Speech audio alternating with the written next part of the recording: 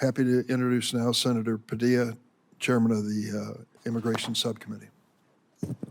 Thank you, Mr. Chairman.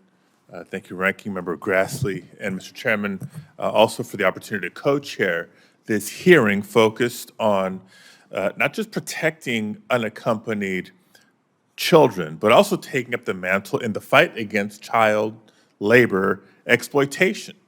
One of the dark sides of our nation's history that sadly we continue to fight today. Now, every day in America, colleagues, every day in our United States of America, school-aged children wake up and get ready for their day. But instead of putting on their tennis shoes and their backpacks in cities and towns across the country, too many of them are putting on steel-toed boots and work belts. And they're preparing to climb roofs, operate hazardous machinery, brave scalding hot kitchens in conditions that most Americans thought were outlawed long ago. These children wake up before the sun comes up to find day labor jobs or work in hazardous conditions overnight in slaughterhouses. These are no exaggerations. I think most Americans would be right to think that Congress has already acted to prevent kids from working dangerous jobs for a long number of hours. But because of the dire financial needs of their families back home, coupled with the disastrous immigration policies of the prior administration and a repeated willingness of corporations to turn a blind eye, more and more unaccompanied immigrant children are slipping through the cracks. Since 2018, just the last 5 years, since 2018, the Labor Department has seen an increase of 69% in children found to be employed illegally. In some instances, that's meant kids as young as 12 having to fight tired eyes during their school day, only to go from there to work a night shift in a job.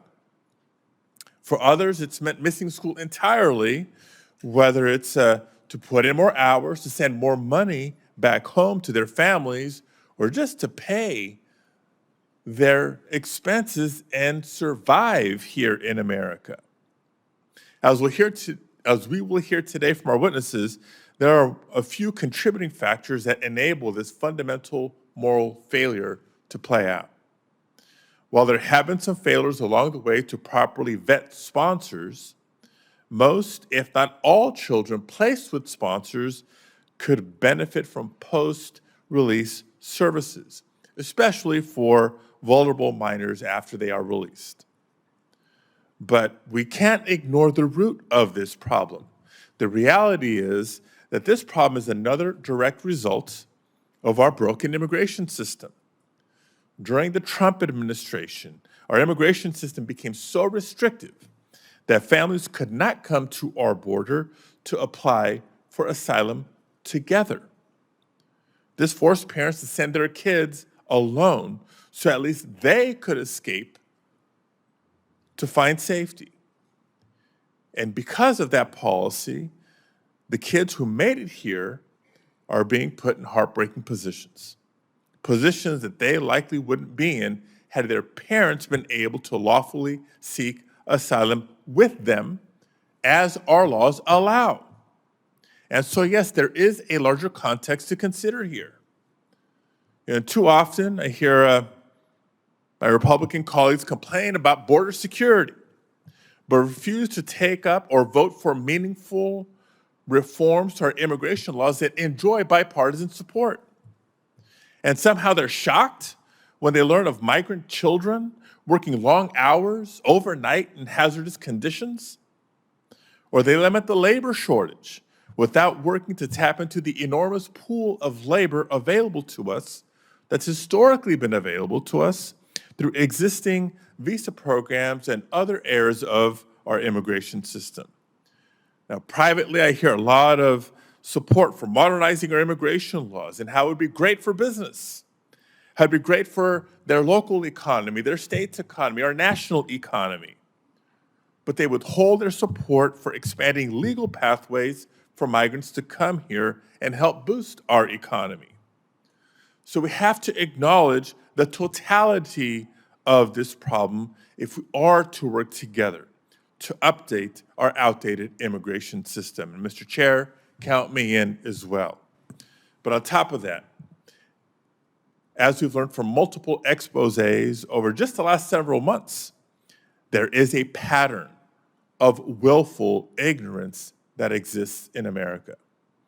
It would be misleading to say that this exploitation was happening entirely in the shadows. The major corporations who benefit from this exploitation seem more than happy to turn the lights off, close the door, and count their profits. And often when we learn of child labor violations, we hear excuses by ownership, passing the buck to subsidiaries and contractors. We hear corporate value statements reiterating zero tolerance policies. But those policies have become hard to take seriously when they're repeatedly issued for damage control. They fall flat when the dust settles. In April of this year, Senator Hickenlooper and I wrote to 27 CEOs of major US companies asking about their compliance with child labor laws. And here's what we heard back. Well-written, carefully worded responses, but not much accountability. So that's not enough for me, because if the very companies who are employing these children, dozens of hours each week, aren't willing to take ownership of their shortcomings, then nothing will change. Yes, we have the laws on the books already, but now we need to support the Department of Labor and the Department of Justice in doing their work to enforce the law and hold employers accountable. So I'm looking to hearing more from our witnesses on just how dire conditions are for these children in reality today in the United States of America, and what they see as a path forward to protect them, protecting children who should have never been in those circumstances to begin with. Thank you, Mr. Chairman. Thanks, Senator Padilla. And I want to recognize a senior senator from Texas, Senator Cornyn, who is the ranking member of the